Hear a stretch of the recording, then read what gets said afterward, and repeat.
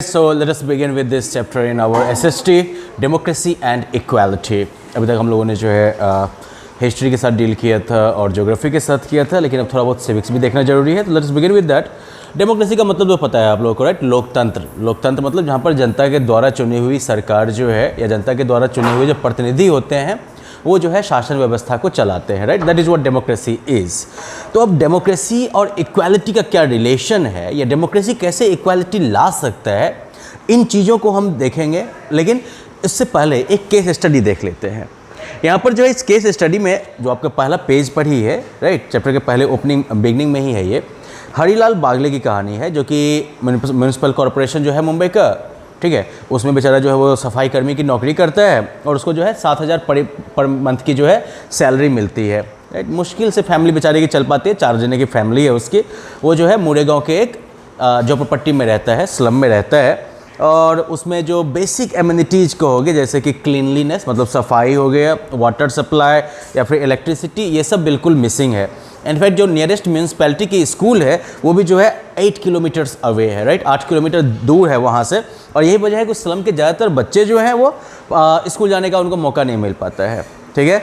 यहाँ के लोग जो है उन्होंने कई बार जो है शिकायत की है म्यूनसिपल कॉरपोरेशन के साथ कि भैया एरिया को जो है ज़्यादा रहने लायक बना दीजिए, बेसिक एमिनिटीज़ की व्यवस्था सब करवा के, लेकिन अभी तक कुछ खास असर नहीं हुआ है उसका। अब इसी स्लम के दूसरी तरफ मोरेगांव की झोपड़पट्टी के दूसरी तरफ जो है अपोजिट में जो है मीराबाग कॉलोनी है, जहाँ पर कि 24 घंटे जो है पानी की सप्लाई है और जो बेसिक एमिनिटीज़ है सबके सब अवेलेबल है। पूरा कॉलोनी एकदम से चमाचम करता रहता है, प्रॉपरली मेंटेन्ड है वहाँ सब कुछ, ओके? जो बच्चे हैं ज़्यादातर उस कॉलोनी के, वो जो है तो या तो प्राइवेट स्कूल्स में जाते हैं या तो अपनी गाड़ी से जाते हैं, वरना स्कूल की गाड़ी से जाते हैं वो। पिछले इलेक्शन में जो कैंडिडेट है उस एरिया का, मुल्कराज, ओके, उस एरिया से मुल्कराज नामक कैंडिडेट खड़ा हुआ था और उसने कहा था कि वह मुरेगांव में जो है बिजली लाएगा, पानी लाएगा, राइट? हरीलाल और बाकी लोग जो थे स्लम वगैरह के, उन्होंने जो है साथ ही साथ मीराबाग के लोग थे, उन्होंने भी एक्चुअली इसको सपोर्ट किया, मुल्कराज को जो है सपोर्ट किया उन्होंने, राइट? लेकिन जब एक बार मुल्कराज एमएलए बन गया, तो जैसा कि बहुत सारे नेता सबके साथ होता है, मुल्कराज जो है वो अपने प्रोमिसेस भूल गया, ओके? जो कि उसने जो है उस एरिया में उधर का जो है एमएलए बनने से पहले जो प्रॉमिस सब किया था इलेक्शन के टाइम में। तो यहाँ पर एक क्वेश्चन पूछा जाता है कि बेसिक एमिनिटीज़ क्या है लाइफ की। तो देखो, बेसिक एमिनिटीज़ क्या है? वो सारी चीज़ें जो कि एक डिग्निफाइड लाइफ जीने के लिए, जो कि एक जो है गरिमामय जीवन जीने के लिए जो बेसिक चीज़ें चाहिए हमें, वो सब बेसिक एमिनिटीज़ में आते हैं। जैसे कि साफ़ सफाई, भाई लोग कहते हैं कि कुत्ता भी जो है वो झाड़ पोंछ के बैठना चाहता है, राइट? तो इंसान को भी तो साफ़ सफाई का माहौल चाहिए जहाँ पर कि वो रह सके। इसके अलावा जो है आपको पानी की सुविधा तो चाहिए ही ना, प्यासे कैसे रहिएगा, नाले का पानी तो नहीं पीजिएगा। इलेक्ट्रिसिटी आज के टाइम में जो है बेसिक एमिनिटीज़ का हिस्सा है, राइट? रोशनी के लिए, पंखा के लिए, सब चीज़ों के लिए इलेक्ट्रिसिटी भी एक इंपॉर्टेंट पार्ट है, ये आपके बेसिक एमिनिटीज़ का हिस्सा हो गया। तो वो भी जो है आपको देखना पड़ेगा। साथ साथ एजुकेशन को जो है इसको भी एक्चुअली बेसिक एमिनिटीज़ के साथ जोड़ के देखना चाहिए, क्योंकि एजुकेशन के बगैर जो है एक डिग्निफाइड लाइफ जीना जो है वो मेरे ख्याल से इम्पॉसिबल है, ओके? तो ये सारी चीज़ें जो है बेसिक आपकी बेसिक एमिनिटीज़ में आ जाएंगी। अब ये है कि मोरेगांव के स्लम में और मीराबाग के बीच में क्या सब फ़र्क है। तो फ़र्क तो भाई साफ है कि मोरेगांव में ना तो बिजली की सुविधा है ना पानी की सुविधा है, राइट?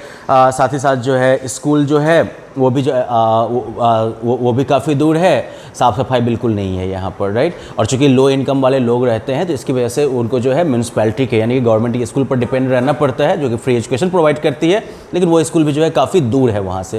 दूसरी तरफ जो मीराबाग जो है, मीराबाग के एरिया वो बिल्कुल चमचमाता हुआ है एकदम से है, 24 आवर जो है पानी बिजली की सप्लाई वहाँ पर मौजूद होती है, राइट? और ज़्यादातर जो बच्चे हैं वहाँ के वो जो है अपनी गाड़ी में या फिर स्कूल की गाड़ी से वो स्कूल पहुँच जाते हैं, राइट? तो मतलब कि एजुकेशन का भी एक्सेस उनके पास ईजिली अवेलेबल है।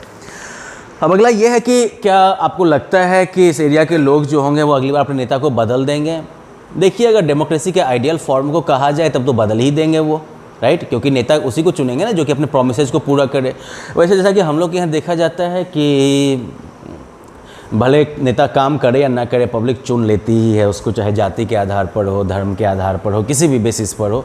तो इसलिए थोड़ा मुश्किल है, बट लेकिन हाँ, अगर डेमोक्रेसी अपने आइडियल तरीके से काम करे, डेमोक्रेसी अगर अपने आदर्श इस रूप में काम करे, तो ऐसे नेता को दोबारा आने का मौका तो नहीं मिलना है। तो इस केस स्टडी से हम लोगों ने एक और चीज़ सीखा है, किस तरीके से डेमोक्रेसी में जो है एक अल्टीमेट पावर जनता के पास है कि जनता अपने शासक को चुन सकती है, जनता अपने शासक को बदल सकती है। और यही जो एक फैक्टर है वही जो है डेमोक्रेसी में इक्वालिटी लाने के जड़ बन सकता है। तो एसेंस अगर बोलो तो डेमोक्रेसी का मतलब ही है इक्वालिटी। ओके, डेमोक्रेटिक कंट्री जैसे इंडिया वगैरह की बात करें तो उसमें हर एक जो एडल्ट है जो भी 18 ईयर से ऊपर का है, चाहे किसी भी धर्म का हो, किसी भी वर्ग का हो, किसी भी जाति का हो, राइट, या एजुकेशन हो या ना हो, राइट, सबको जो है वोट डालने का अधिकार तो है। तो बराबर आ गया ना, बराबरी तो आ गई। इसी को यूनिवर्सल एडल्ट फ्रेंचाइज भी कहते हैं, जहाँ पर कि एक सर्टेन एज से ऊपर के सभी आदमी को जो है वोट डालने का राइट है। जाति, धर्म, लिंग ये सब कुछ भी नहीं देखा जाता है। तो यूनिवर्सल एडल्ट फ्रेंचाइज का मतलब क्या हो गया कि सभी आदमी को पॉलिटिकली कम से कम बराबर का ट्रीटमेंट मिलता है, राइट। जैसे जितने भी एडल्ट्स हैं 18 से एबव हैं, सब जो है वोट डालते ही हैं, उस कैंडिडेट को चुनते हैं जो कि उनके पसंद का होता है, राइट।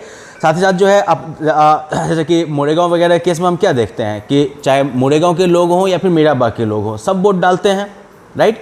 अब दोनों एरिया के लोग जो हैं, दोनों को अगर वोट डालने का बराबर अधिकार मिला तो एक तो राजनीतिक स्तर पर इक्वालिटी आ गई, लेकिन एक रियली अगर पूरी इक्वालिटी की बात करूँ तो पूरी इक्वालिटी है क्या वैसे इनके बीच में?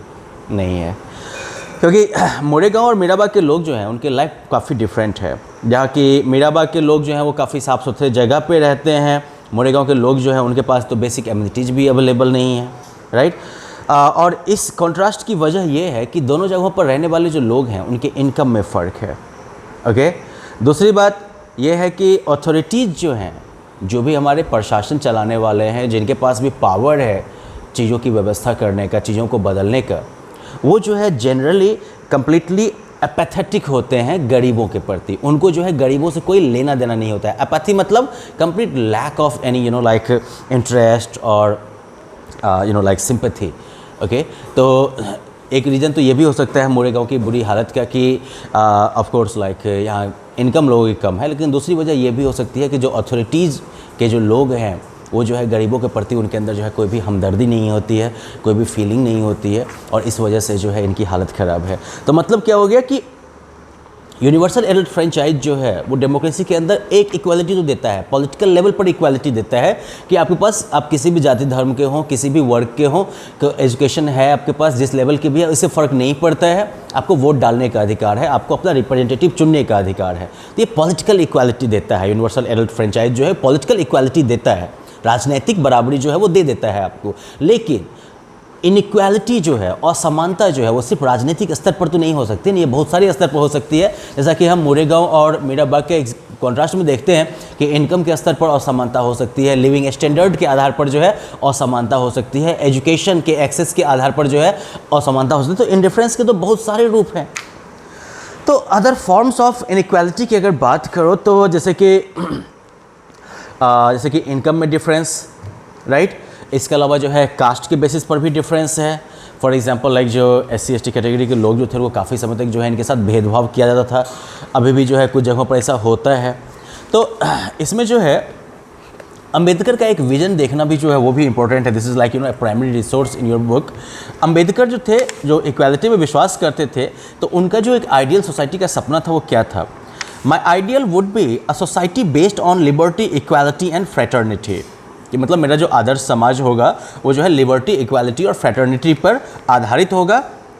मतलब लिबर्टी का मतलब आज़ादी हो गया आपका, राइट। दूसरी तरफ जो है इक्वालिटी का मतलब सबको बराबरी का दर्जा मिलना चाहिए, और फ्रेटर्निटी मतलब सबके बीच में जो है भाईचारे की भावना हो, आपसी सहयोग और सौहार्द की भावना हो। तो ये सब हो गया। आगे कहते हैं, an ideal society should be mobile and full of channels which allow the changes taking place in one part two affect other parts. कि जो आइडियल सोसाइटी होगी उसको परिवर्तनशील होना चाहिए, उसको स्टैटिक नहीं होना चाहिए, जैसा है वैसा ही नहीं रहना चाहिए, उसको बदलते रहना चाहिए, प्रोग्रेसिव उसको होना चाहिए। और इस तरीके से, और इतने सारे इसमें चैनल्स होने चाहिए, चैनल्स मतलब रास्ते इतने सारे होने चाहिए कि किसी एक हिस्से में अगर कोई बदलाव हो रहा है तो वो बदलाव जो है वो बाकी हिस्सों में भी ट्रांसफ़र हो सके, बाकी जगहों पर भी वो जो है वो पहुँच सके। तो अगर पॉलिटिकल लेवल पर कोई चेंज हो रहा है तो वो चेंज जो है वो इकोनॉमिक स्तर पर भी रिफ्लेक्ट हो, वो जो है सोशल लेवल पर भी रिफ्लेक्ट हो। तो ये सारी चीज़ें होनी चाहिए।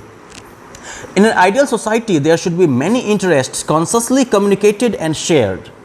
आदर्श समाज में जो है बहुत सारे हित जो हैं उनको जो है कॉन्शसली, उनको जो है सोच समझकर, जानबूझकर उनको जो है एक दूसरे के सामने एक दूसरे से कम्युनिकेट करना है, एक दूसरे का साझा करना है। This is fraternity which is only another name for democracy. यही जो है भाईचारा या बंधुत्व की असली भावना है या असली जो है कंडीशन है, जो कि डेमोक्रेसी का दूसरा नाम है actually. Democracy is not merely a form of government, it is primarily a mode of living. Democracy जो है वो सिर्फ एक गवर्नमेंट का फॉर्म नहीं है, ये जो है जीने का तरीका है ऑफ कंजॉइंड एक्सपीरियंस, ये जुड़े हुए अनुभवों के साथ जीने का एक तरीका है। It is essentially an attitude of respect between fellow man. ये जो है जो आपस अब जो लोग हैं उस लैंड पर रहने वाले, उन सभी के बीच म्यूचुअल रिस्पेक्ट का एक एटीट्यूड है।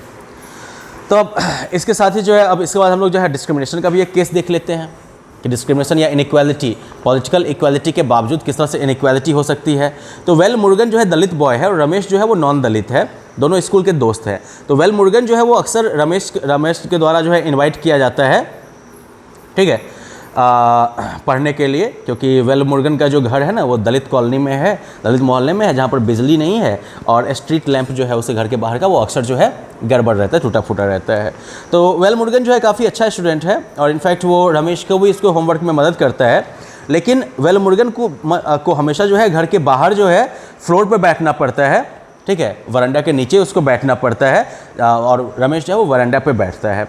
डिनर के टाइम में जो है रमेश को घर के अंदर बुला लिया जाता है फैमिली के साथ खाने के लिए, और कभी कभार जब रमेश इंसिस्ट करता है, जोर डालता है कि उसका फ्रेंड जो है वो भी मान लो कि उनके साथ खाना खाएगा, तो उसके पेरेंट्स स्टिपुलेट करते हैं, कंडीशन रख देते हैं कि वेल मुर्गन जो है वो खा तो सकता है, लेकिन वो जो है घर के बाहर बैठ के खाएगा और उस वाली थाली में खाएगा जो कि उनके दलित हाउसकीपर के लिए रखा गया है।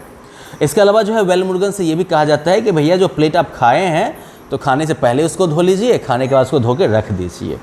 तो यहाँ पर देखो कि वेल मुर्गन के साथ किस किस तरह की इनइक्वालिटी है। तो इनइक्वालिटी को देखो तो political equality aside, okay, economic inequality कि वहाँ पर जो है मान लो कि ये लो इनकम एरिया में रहते हैं जहाँ पर कि इलेक्ट्रिसिटी की सप्लाई नहीं है और जो स्ट्रीट लैंप है वो अक्सर टूटा रहता है, राइट। तो इकोनॉमिक इनइक्वालिटी तो हो ही गई यहाँ पर।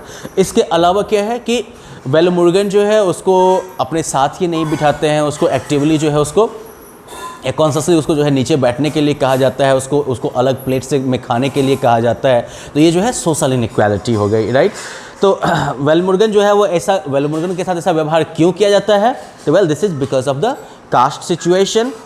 आगे पूछा जाता है कि क्या आपको लगता है कि रमेश के रिपीटेड प्रोटेस्ट के बाद सिचुएशन बदल सकती है? डेफिनेटली, ओके, सिचुएशन काफ़ी कुछ बदला भी है। और if like the coming generations take up the issue of caste more proactively and if they engage with these issues, if they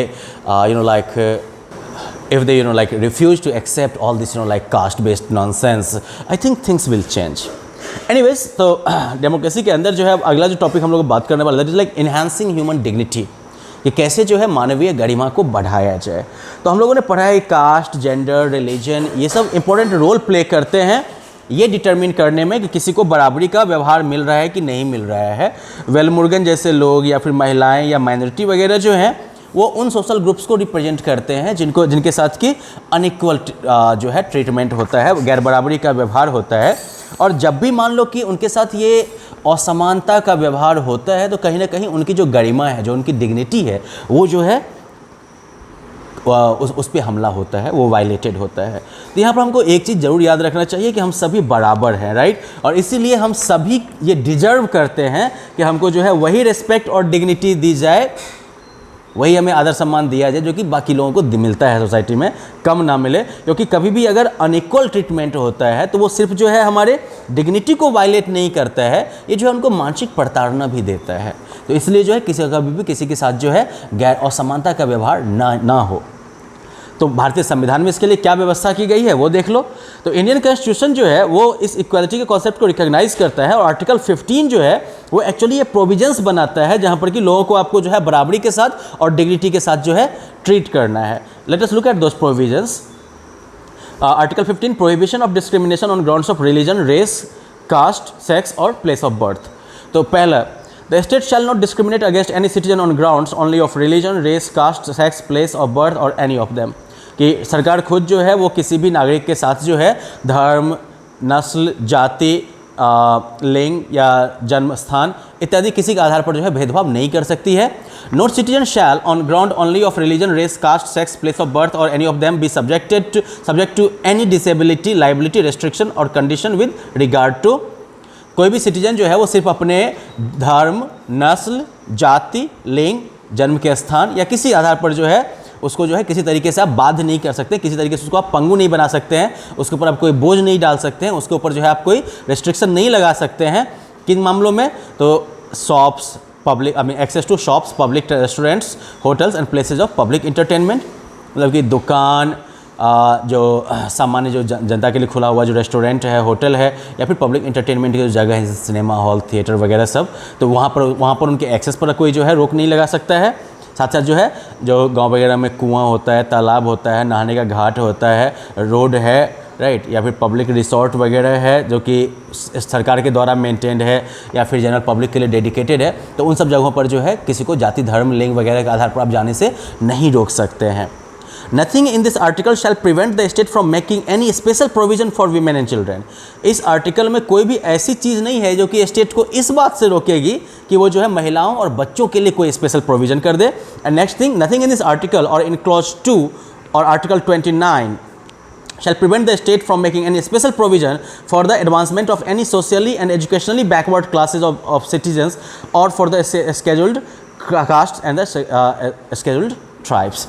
कि चाहे इस आर्टिकल में कुछ हो या फिर जो क्लॉज 2 है या फिर आर्टिकल 29, इनमें से कुछ भी कोई भी ऐसा चीज़ जो है वो स्टेट को इस बात से नहीं रोकेगा कि वो किसी सोशली या एजुकेशनली जो बैकवर्ड क्लास है नागरिकों का, उसके लिए कोई प्रावधान और बना दें। तो मतलब कि जहाँ सबको इक्वल ट्रीट करना है, सब कुछ करना है, लेकिन साथ ही साथ इसका यूज जो है अगर सरकार जो है जो अंडर प्रिविलेज क्लासेज हैं या जो हाशिए पर रखे हुए जो क्लासेज हैं, जो बैकवर्ड क्लासेज हैं, उनके लिए अगर सरकार कोई विशेष व्यवस्था करती है तो उसको आप नहीं रोक सकते हैं। And that is remember a very specific argument that can be used for the people who actually invoke article 15 to argue against reservation and everything.